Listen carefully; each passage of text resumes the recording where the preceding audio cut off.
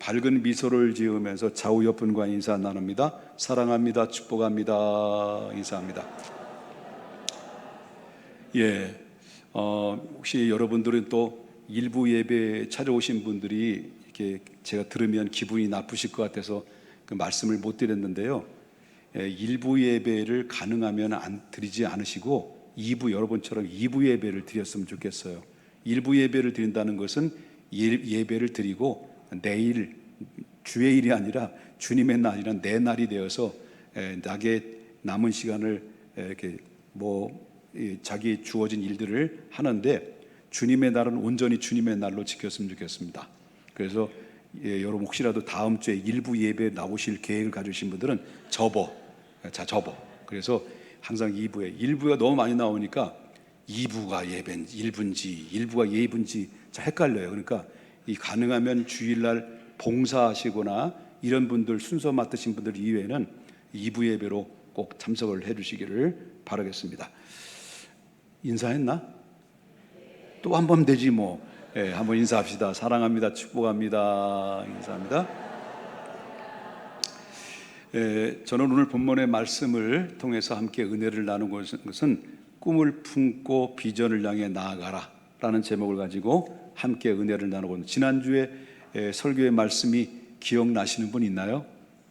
그리스도인들에게는 입에 말의 권세를 줬다고 그랬습니다. 예수 믿는 사람들은 말의 권세가 있습니다.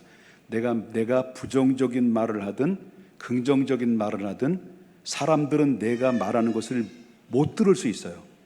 그런데 누가 듣는다고요? 하나님은 들리신다는 거예요. 하나님이 듣고 계셔서 하나님의 귀에 들린 대로 하나님께서는 행하신다라고 말하기 때문에 믿는 그리스도인들은 언어의 생활이 굉장히 중요하다는 것을 지난주에 말씀을 통해서 은혜를 나눴습니다. 혹시 여러분 지난주에 이 설교 듣고 여러분 부부가 가정에 들어가서 부인이 아내한테, 아내가 부인한테 여보 들었지? 바로 당신이 들어야 될 말이야 라고 이렇게 하다가 부부싸움한 가정은 없죠.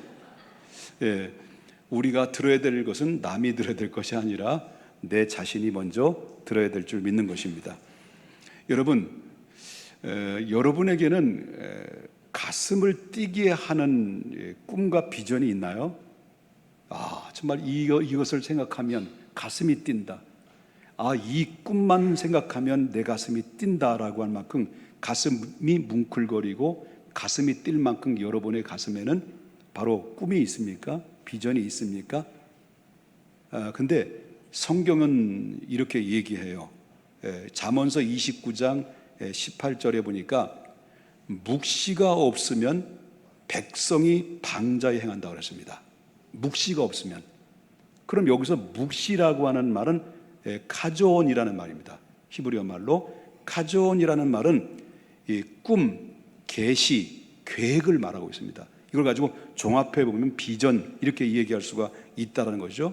그러면 이 말씀, 다시 말한다면 묵시가 없으면 방자에 행한다라는 이 말을 좀 이 원어상으로 직역을 한다면 이와 같은 겁니다.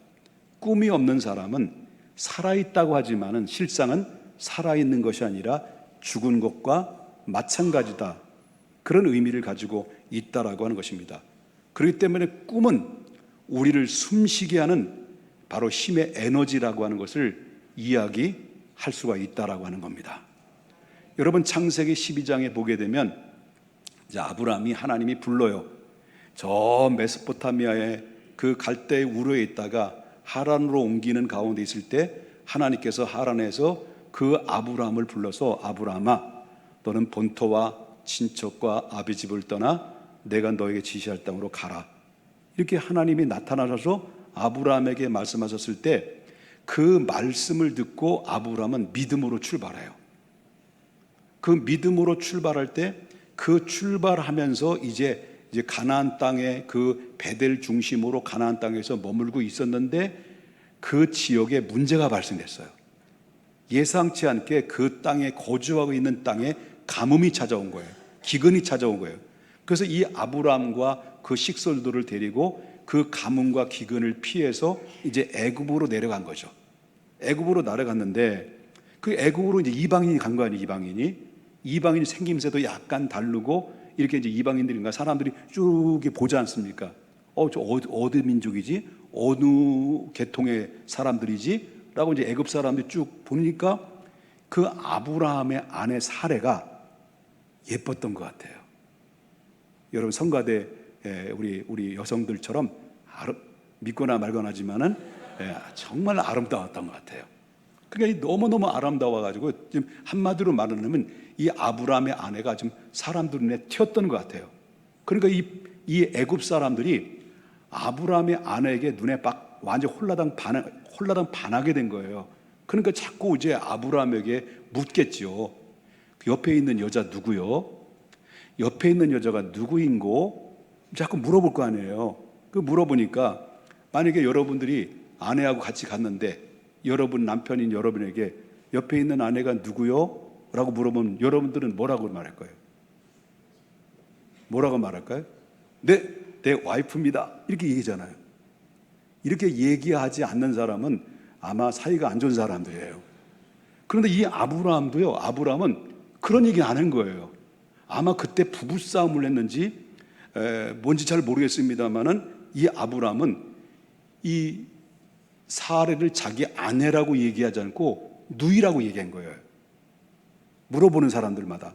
그러니까 이 사레가 자기 누이라는 거를 사람들이 이제 애굽 사람들 알다 보니까 그 상황을 자기가 그렇게 이야기한 이유는 혹시라도 내 아내가 너무 예쁘다 보니까 나를 죽이고 내 아내를 빼앗아 갈 것 같은 그런 이 생명적 위기감을 느꼈을는지도 모르죠.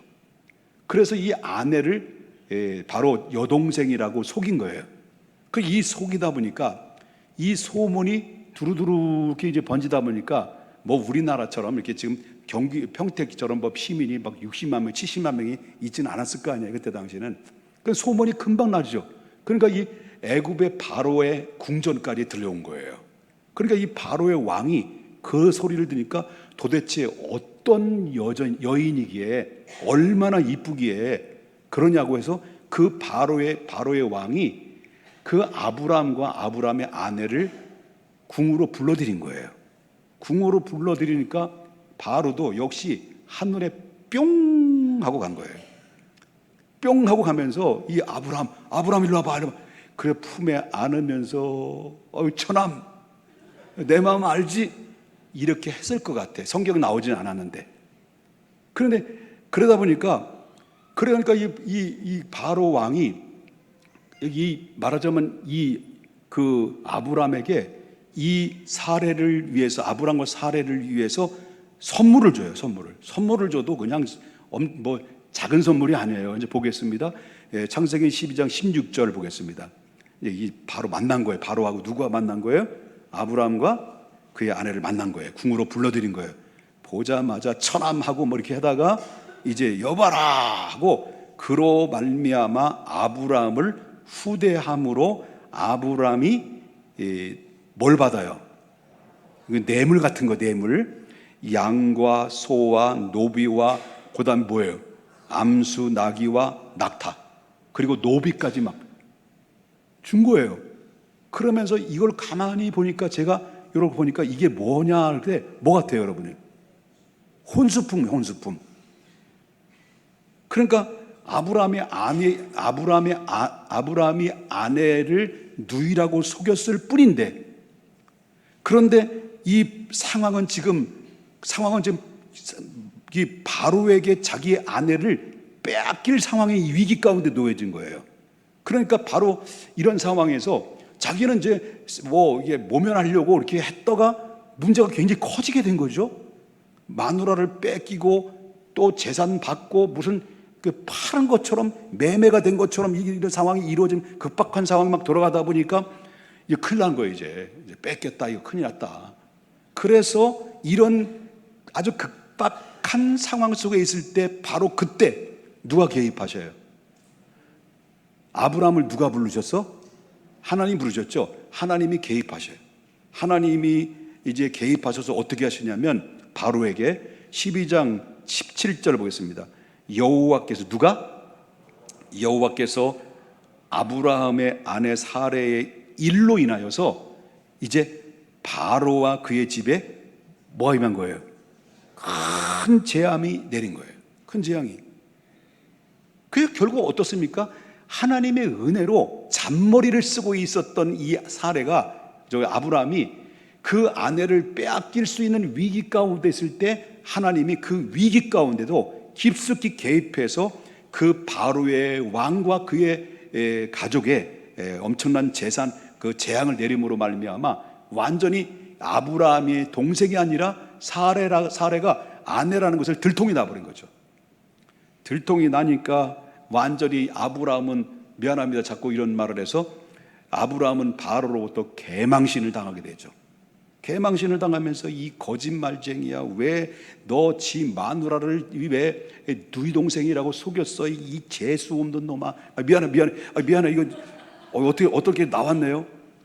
그랬을 거 아니에요. 막 화가 났을 거 아니에요. 예? 그래가지고 그러면 이렇게 막 하고 있다가 아브라함이 그러면 얘 꺼져 막 그렇게 했을 거 아니에요. 이제 꼴도 보기 싫어, 꺼져 지금 내가 소리 지를 수도 없고, 그런 가운데 있을 때 아브라함이 그랬을 거 아니에요. 그럼 혼수품은요, 가져가 그런 거예요. 가져가.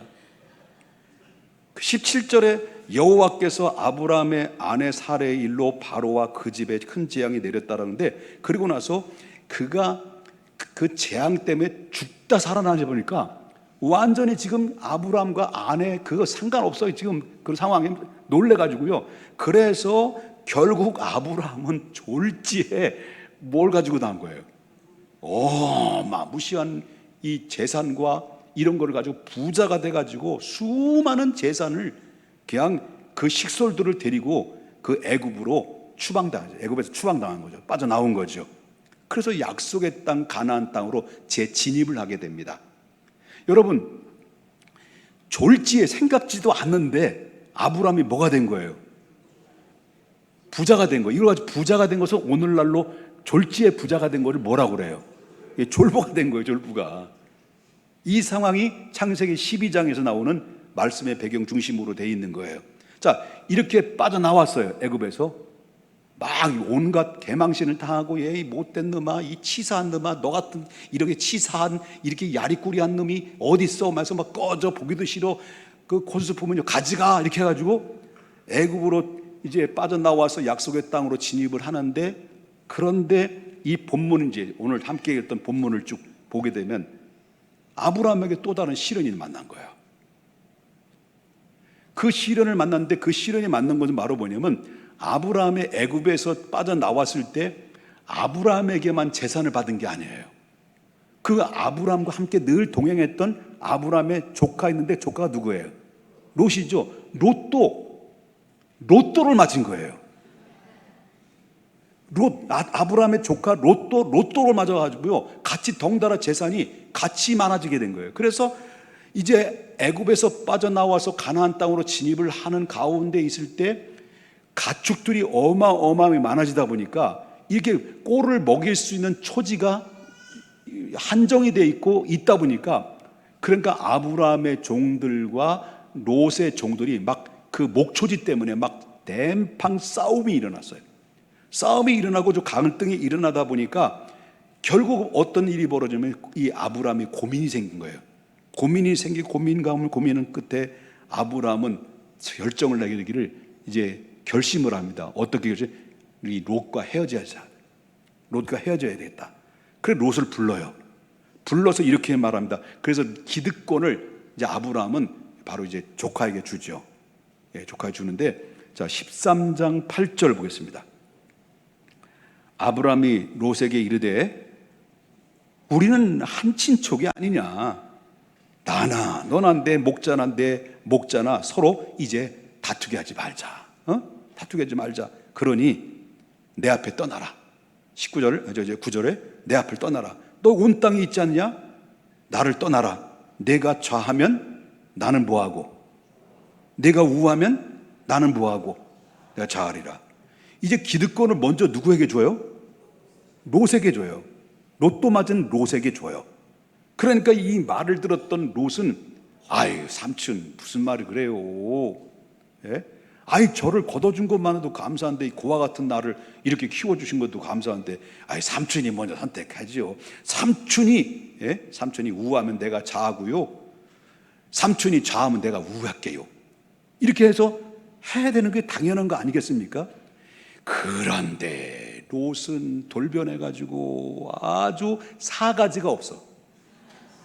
사가지가 없이 이 11절 보겠습니다. 11절. 그러므로 롯이 요단 온 지역을 택하고, 보니까 지역을 택한 거예요.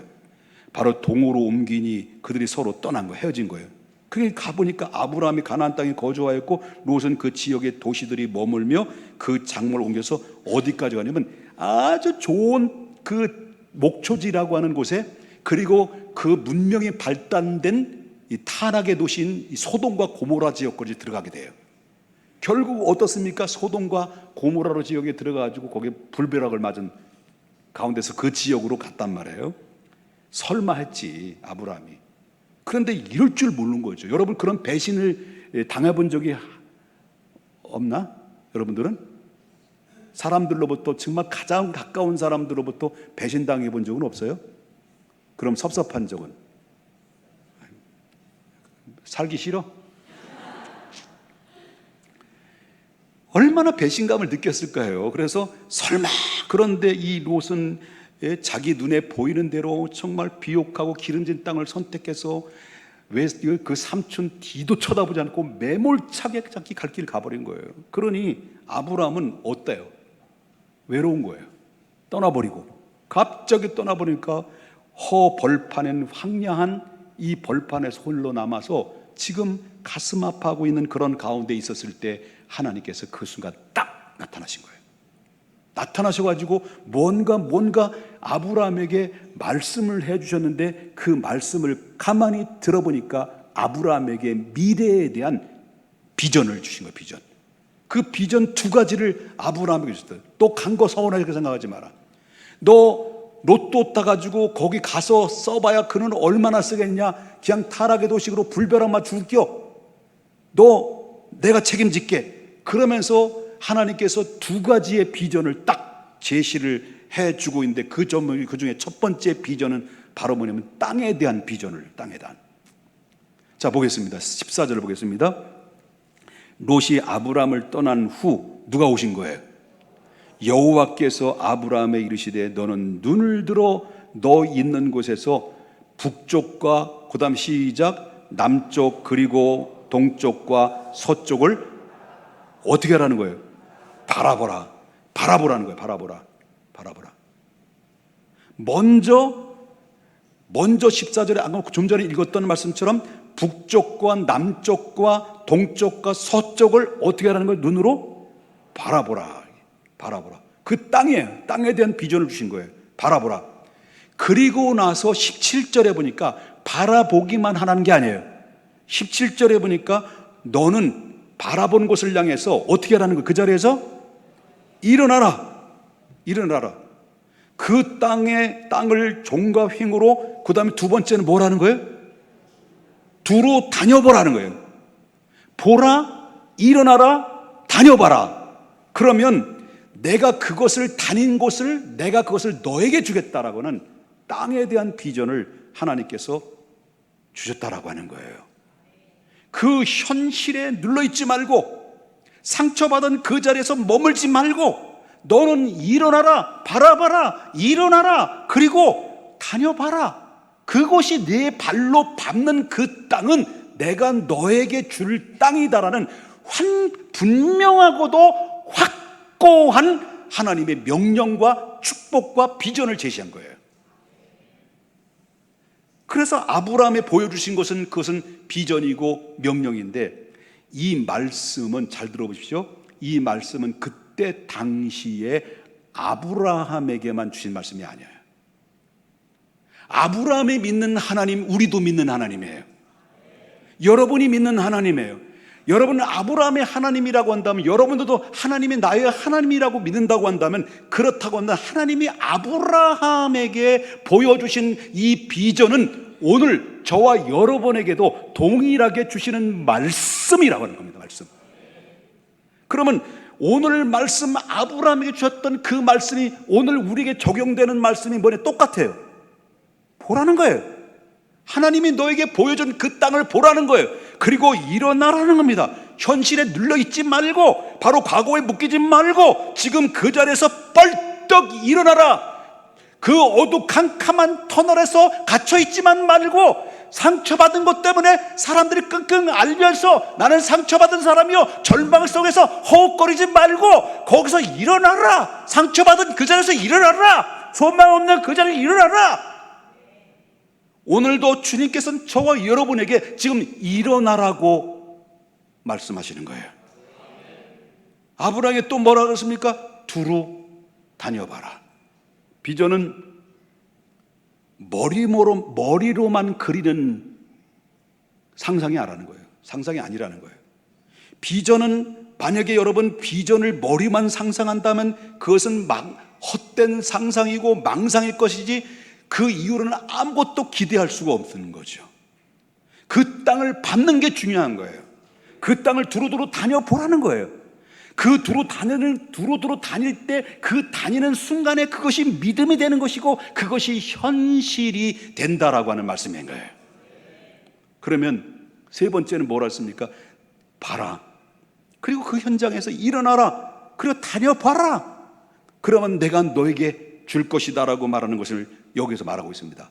여러분, 하나님은 땅을 주시기 전에 먼저 땅을 우리에게 밟으라고 말해요. 우리에게 비전을 보여주신 것만으로 끝나는 것이 아니라 우리에게 비전을 보여줬으면 그 비전을 따라서 네가 움직여라, 바로 다녀보라 라고 하는 말씀입니다. 땅을 밟으라고 하는 말씀입니다. 저희 교회가 이렇게 역사 속에서 하나님이 깊숙이 개입하셔서 여러분과 저가 좋은 분들과 함께 신앙생활은, 행복한 신앙생활을 할 수 있었던 것은 하나님의 은혜고 하나님의 축복이죠. 여러분, 옛날에 있었던 게인데요, 우리 교회가 예배당이 건축하기 이전에는 저 옛날에 건물이 있었어요. 건물은 예배당 평수가 한 45평, 한 많이 앉으면 140명, 한 140명, 그때 당시에 한 150명 정도 모였는데 1부, 2부, 3부까지 예배 드렸어요. 그러다 보니까 이제 있는데, 그런데 이제 우리 교회가 이제 이 건물이 없었고, 아예 건물이 없었는데요, 예배당만 이제 그 주차장만 있었고요. 근데 우리 입구에 보면 우리 지금 버스 서 있는 자리 있잖아요. 컨테이너 이제 공사한 그 주차장 있잖아요. 그게 건물이 3층 건물이었었어요. 지하하고. 근데 허름한 건물이에요. 그런데 이 교회에서 이렇게 쭉 보다 보면 우리 옛날 건물 저 안에 들어가 있으니까 안 보여. 눈에 가려지는 거예요. 그래서 기도한 거예요, 새벽에. 하나님, 돈은 없어요.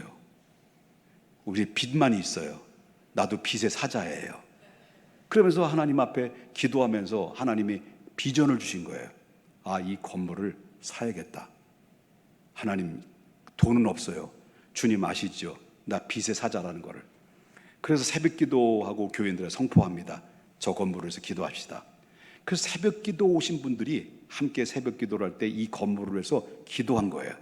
기도하면서 예배가 때 새벽 기도가 끝난 다음에, 여러분 끝난 다음에 우리가 다 남아서 여기 바로 이 자리를 하루에 한 바퀴씩 도십시다. 여리고 돌듯이. 그래서 건물을 위해서 한 바퀴 도는 거로 우리 교회를 쭉 도는 거예요. 하루에 한 바퀴씩. 저는 이제 다 보내고 나서 그 건물에 아무도 이렇게 눈치 쏙 보면서 건물에 손을 얹고 기도했죠. 무너질지어다 하고 기도했죠.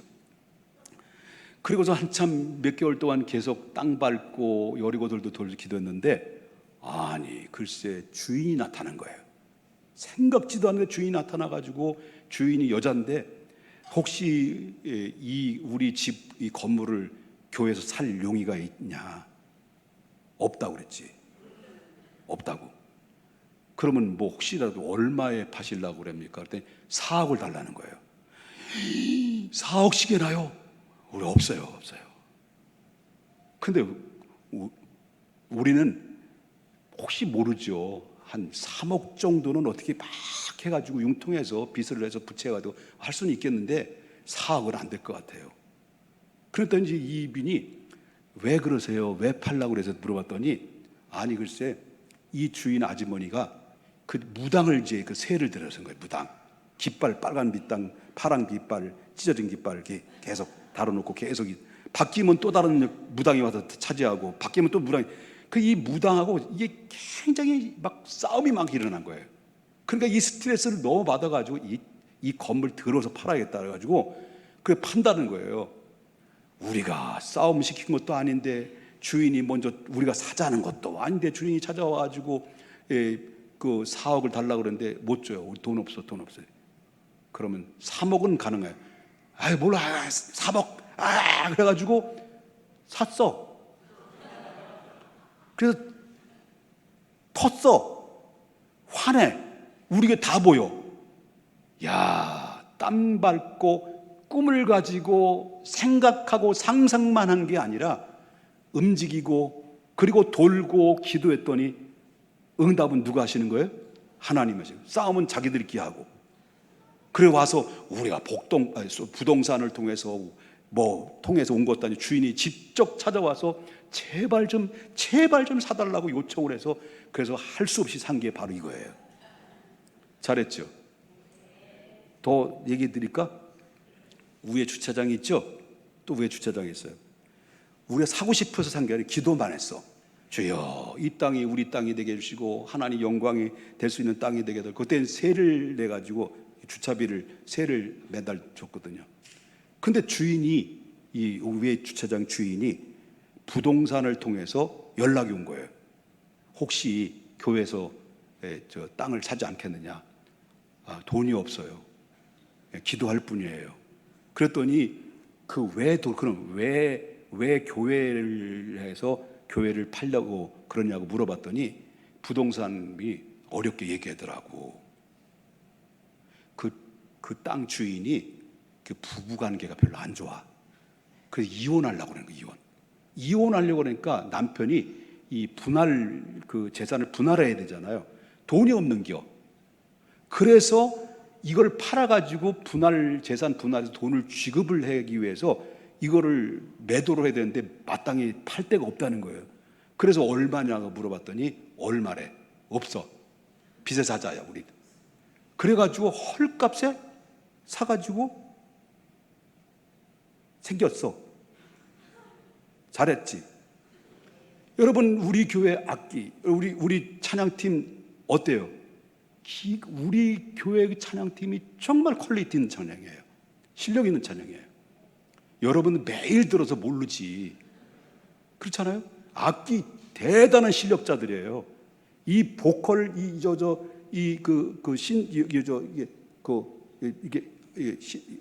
건반 다 이게 전공자들이에요. 여러분 악기 맨 처음에 개척교회 할 때요, 우리 교회 뭐 돈이 있습니까? 청년들 몇 명 모이고 우리 찬양단 만들자. 이름은 힘노수 찬양단이다. 30년 넘었어요 그때가. 그래도 일단은 악기부터 사자. 청년들께 한 대여섯 명. 김미애 집사님이 지금 산 증인이요. 지금 와 있어. 강동만 집사. 앉아. 너 얼마 할래? 청년들 뭐 직장도 없는 친구들한테 너 얼마 할래? 얼마 해서 거기서 현장에서 걷어들인 게 400만 원이에요. 청년들 지금 뭐 얼마 하면 지금 청년들 교회 안 나갈래 이렇게 하지. 그래도 사가지고 그러면 누가 쳐요? 다 쳐. 누가 갈비 뜯어요? 다 뜯어. 그러면서 내가 한 얘기 있어요. 믿음은 바라는 것들의 실상이요 보지 못하는 것들의 증거다. 사놓으면 하게 돼 있어. 봉고차가 없어요. 일단 샀어. 면허증 있어? 있는 사람 없어.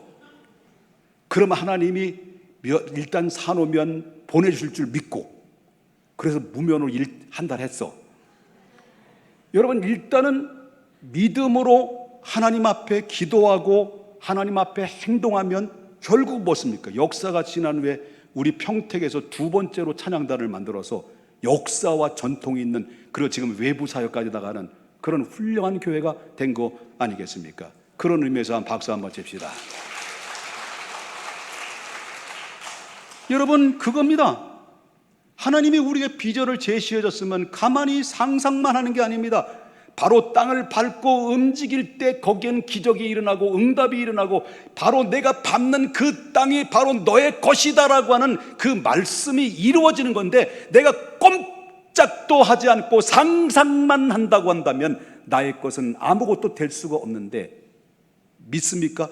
그러면 믿음으로 바라보고 그 확신이 있습니까? 그 일로 나가면 반드시 하나님. 그래서 믿음은 바라는 것들의 실상이요 보지 못하는 것들의 증거라고 하는 것입니다. 여러분, 믿음은 움직임이 없이는 소유가 될 수가 없는 겁니다. 우린 비전을 해서 움직일 때 그것이 믿음이 되고 그것이 현실이 된다는 것을 믿으셔야 될 줄 믿는 겁니다. 여러분, 사업을 시작할 마음이 있으신 분들은 생각만 가지고 있는 게 아닙니다. 사업을 위해서 계획서를 써봐야 됩니다. 여러분, 선교에 대한 깊은 뜻이 있다고 한다면 선교의 생각만 있는 것이 아닙니다. 선교를 위해서 언어를 공부해야 되는 것처럼, 여러분, 가정을 세우고 싶은 우리 젊은이들이 있다고 한다면 그냥 나비처럼 날아오기만을 기대하지 않고 그 가정이 이룰 수 있도록 나의 가정의 미래를 위해서 지금부터 기도하면서 배우자를 찾아야 되는 겁니다. 하나님을 위해서 쓰임받는 일꾼이 되기를 원하십니까? 그렇다면 지금부터, 그것이 아닙니다. 지금입니다. 내일이 아닙니다. 바로 지금 말씀과 섬김으로 준비하면서 나아가십시오. 그러면 그 여러분의 계획한 대로 누가 이루신 겁니까? 나는 움직였을 뿐이고, 나는 나갔을 뿐이고, 나는 땅을 밟았을 뿐이고, 나는 저 건물에다 안수했을 뿐이고, 무너뜨린 것은 누가 무너뜨린 거예요? 하나님이 무너뜨리는 거예요. 그래서 헨리 블랙커버라고 하는 사람이 이런 얘기했어요. 비전은 기다리는 것이 아니라 비전은 발걸음을 떼는 순간부터 시작이라고 했습니다.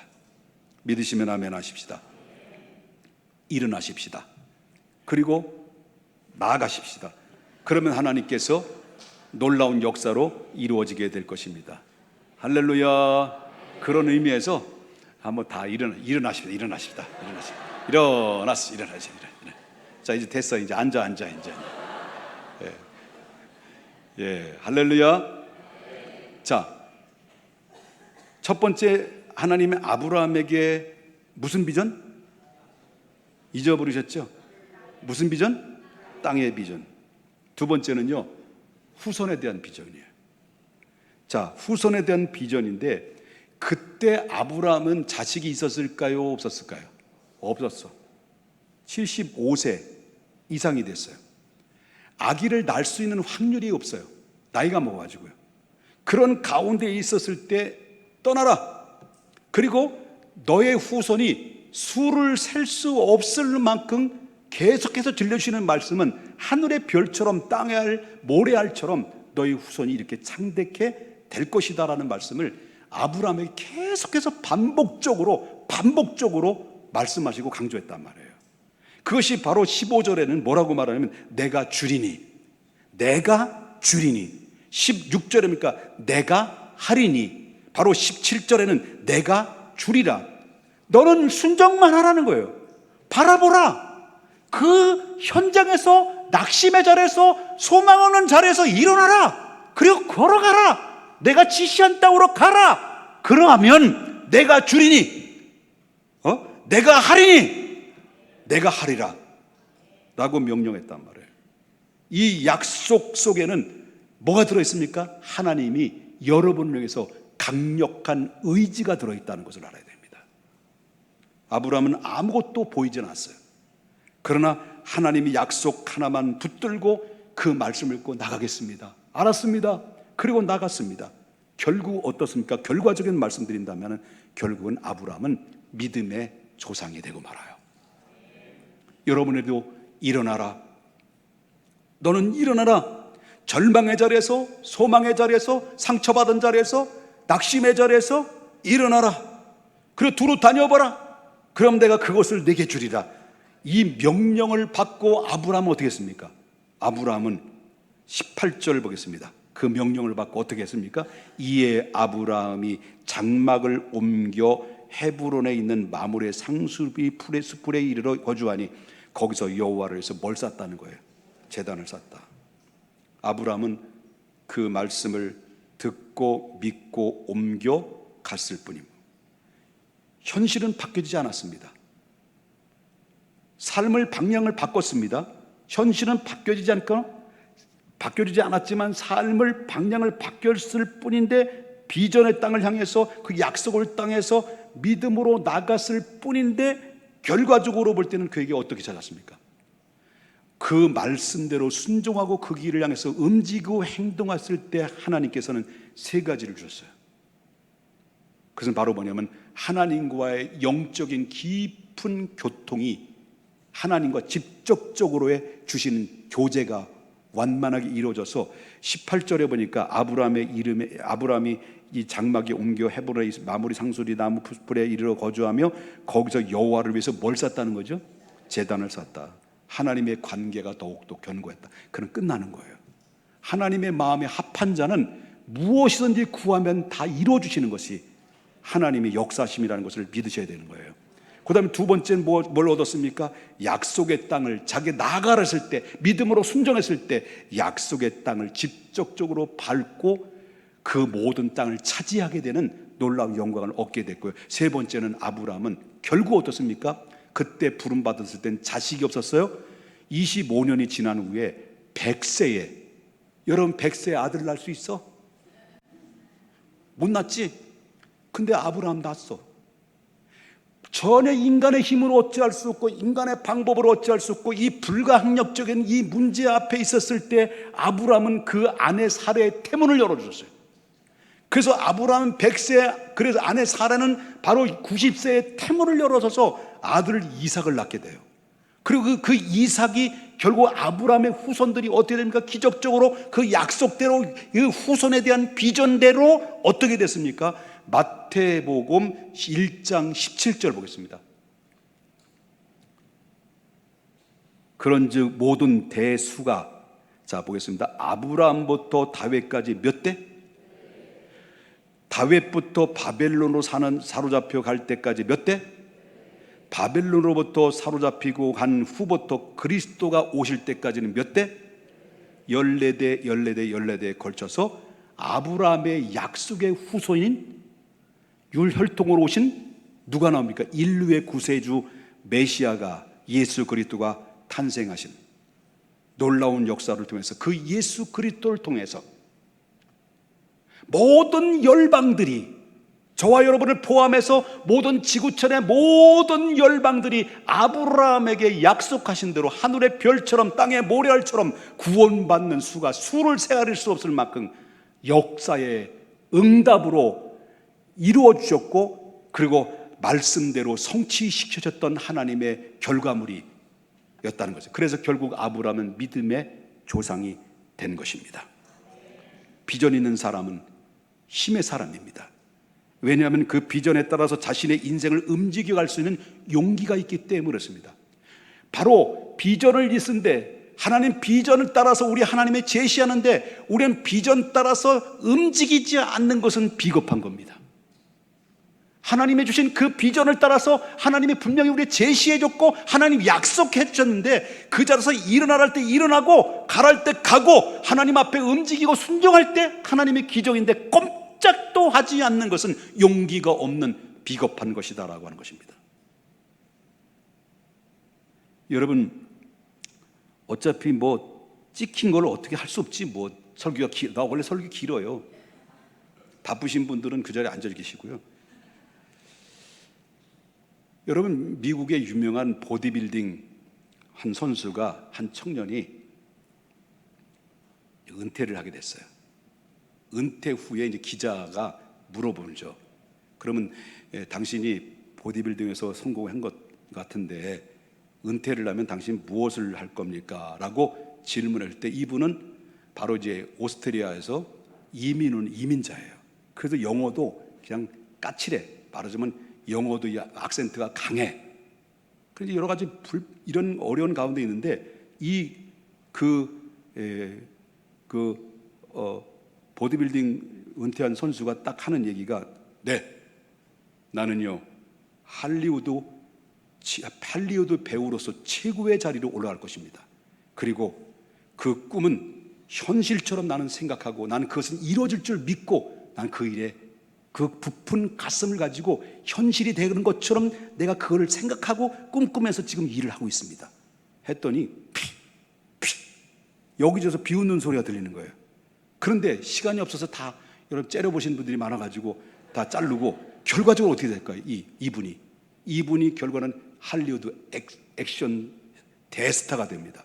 그 작품이 뭐냐면 여러분 알다시피 터미네이터, 유명한 거죠. 2편, 3편도 나왔나? 3편까지 나왔죠. 4편? 5편? 몰라 나도. 이분이 누굽니까? 아노드 슈왈츠제네거예요. 여러분 아시죠? 보디빌딩 이런 사람인데 나는 꿈 때문에 행복합니다. 나는 꿈이 현실처럼 난 생각하고 그 일을 해서 도전합니다. 결국 어떻습니까? 그런 위대한 할리우드 대스타가 됐을 뿐만 아니라 여러분요, 캘리포니아 주지사가 됐고요. 그 다음에 케네디가의 사위가 되는, 그리고 대통령을 꿈을 꾸다가 지금 안 됐지만은 접었지만, 야 멋있어. 와, 짱 멋있어. 얼마나 멋있습니까? 나 이런 사람 보면 너무 좋은 거예요. 맨날 나 같은 게 뭐야. 제발 좀 그러지 마세요. 말대로 되는 거예요. 옆에 분 인사를 나 같은 게 뭐 할 수 있나요?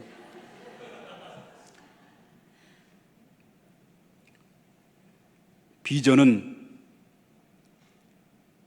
현실을 뚫고 나가는 힘입니다. 여러분 비전을 품고 일어나야 됩니다. 일어나라는다. 두루 다니라는 겁니다. 하나님께서 보여주신 비전을 바라보라는 겁니다. 그리고 일어나시다 두루 다니십시다. 여러분 하나님이 여전히 여러분과 함께 하십니다. 하나님이 여전히 우리와 함께 비전을 함께 이루어 나가시는 것입니다. 하나님이 일어나라고 말씀하셨습니다. 그리고 바라보고 일어나 다녀봐라. 그리하면 보일 것이다 랍니다. 여러분 보이는 것이 내 것이 될 것이다 그렇습니다. 그래서 성경은 제가 좋아하는 성경 구절이 있습니다. 여러분 너무 잘 알다시피 누가복음 11장 9절에 구하라. 그러면 뭐랍니까? 주신다고 그랬습니다. 따라서 합니다. 구하라. 이쪽만 구하라. 주실 것이니라. 시작.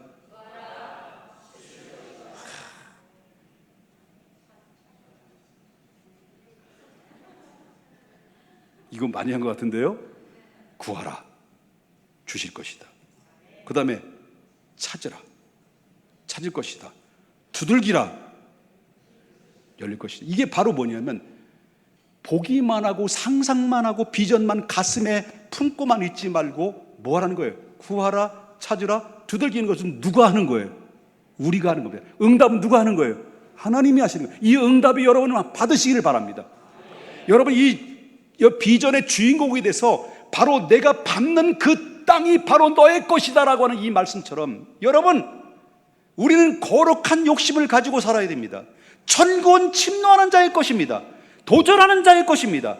계속 두들기고 찾고 도전할 때 하나님께서는 여러분들에게 채워주심의 체험의 은총이 여러분뿐만 아니라 여러분의 가정뿐만 아니라 여러분 자녀들까지 대대손손으로 하나님 차고 넘치는 충만한 결과가 넘쳐주시기를 주 예수의 이름으로 축원합니다. 거룩하신